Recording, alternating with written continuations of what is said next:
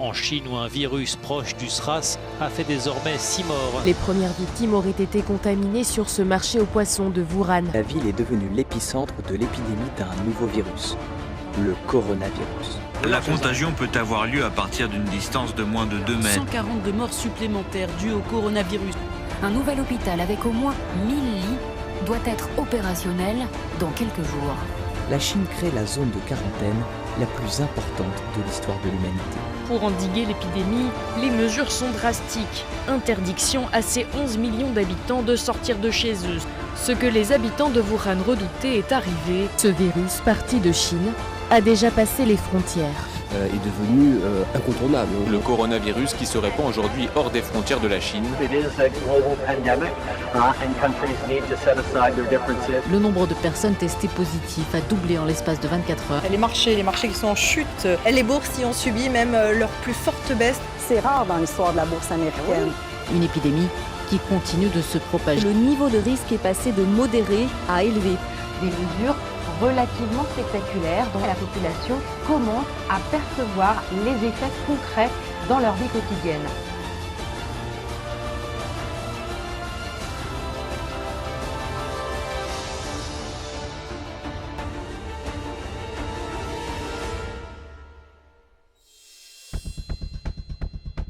Au Canada, le gouvernement a d'abord entrepris d'importantes activités de communication et d'éducation à la population sur la COVID-19 afin d'informer les Canadiens et les Canadiennes des mesures prises par le gouvernement.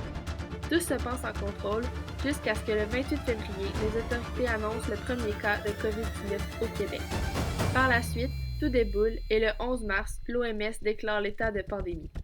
Dès le lendemain, les rassemblements de plus de 250 personnes sont interdits et des amendes peuvent être données à ceux allant à l'encontre de ces consignes.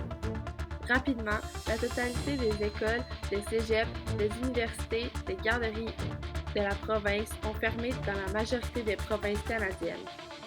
Le 15 mars, le Québec ordonne la fermeture des lieux de rassemblement. Entre-temps, des mesures aux frontières sont mises en vigueur. Les voyageurs qui arrivent à tous les grands aéroports canadiens reçoivent de l'information et, s'ils arrivent de régions où le risque est élevé, ils font l'objet d'un contrôle de santé. Il est important de recommander aux voyageurs de se mettre en isolement 14 jours après leur retour. Les frontières canadiennes se sont fermées aux étrangers et les compagnies aériennes ont dû procéder à l'annulation de leurs vols.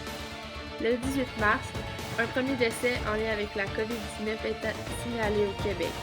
Les gouvernements ferment leurs frontières pour interdire aux personnes ne résidant pas au pays d'entrée. Le 23 mars, le Québec annonce que toutes les entreprises et les commerces devront fermer, à l'exception des épiceries, des pharmacies et des banques. Les commerces sont obligés de fermer s'ils ne sont pas considérés comme essentiels. Tandis que le Québec franchit le cap des 2500 cas de coronavirus, on impose le contrôle des allées et des venues dans 8 régions. Malgré que le virus touche la population entière, les personnes âgées restent celles qui en subissent les conséquences. Les CHSLD et les résidences pour aînés sont les endroits où le virus frappe le plus. En début avril, le coronavirus est présent dans plus de 400 foyers pour aînés au Québec.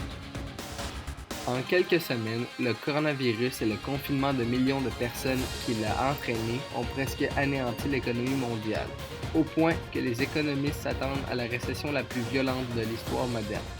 L'ensemble de l'économie a rapidement subi un effondrement de la production et donc de l'offre et aussi de la demande.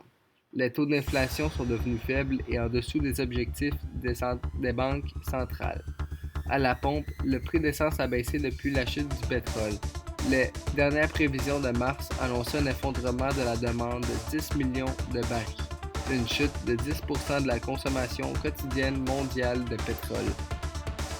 Le gouvernement du Canada a investi près de 27 millions de dollars pour financer la recherche sur le coronavirus au Canada.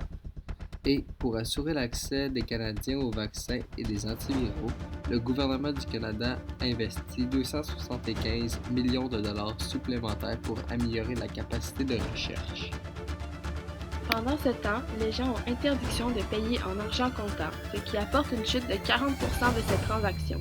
Les paiements sans contact sont mis de l'avant et les gens tentent du mieux de leur capacité de payer les factures malgré les nombreuses pertes d'emplois.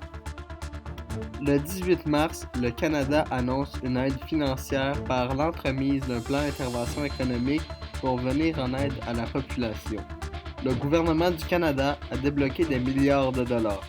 Un montant mensuel imposable de 2000 $ sera versé pendant 4 mois aux personnes ne pouvant pas aller travailler dû au COVID-19. Le plan d'urgence fédéral, quant à lui, s'élève à plus de 250 milliards de dollars. Le 13 avril, le Canada annonce un investissement de plus de 100 millions de dollars supplémentaires. C'est en début mars que la bourse de Toronto a commencé par chuter de 10,3 %, une des pires chutes de son histoire. Les indices des marchés boursiers du monde sont affectés. La bourse de New York a subi son pire trimestre depuis 1987. L'économie américaine est entrée en récession. La moyenne du Dow Jones de valeurs industrielles a perdu plus de 35 % de sa valeur très rapidement et contre toute attente. La crise mondiale actuelle du coronavirus transforme les comportements humains et cause des effets visibles sur notre environnement. Les mesures de confinement ont effectivement un effet assez marqué sur la pollution du monde et la production des matières polluantes a diminué. Les gros pollueurs, la Chine et les États-Unis représentent plus de 40% des émissions mondiales. Au plus fort du confinement, des spécialistes de la NASA et de l'Agence spatiale européenne ont estimé que les émissions de dioxyde d'azote en Chine avaient baissé de 30 à 40% et les émissions de CO2 seraient de plus de 25%. C'est un premier pas majeur considérant que 1,1 million de personnes en moyenne meurent chaque année victimes de la pollution.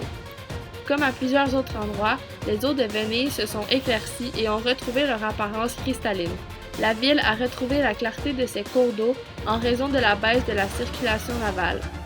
Les canards devant la Comédie Française, un sanglier dans les rues de Barcelone, les dauphins en Sardaigne. Alors que 4 millions de personnes sont confinées dans le monde, les animaux commencent à explorer le monde. Le virus n'étant pas encore contrôlé, quelques pays tentent les uns après les autres un déconfinement et un retour à la normale. Quelques-uns se lancent trop tôt, d'autres attendent dans la peur. Qui dit vrai? Plein de théories sont lancées, mais tous se demandent quel réel impact aura le coronavirus.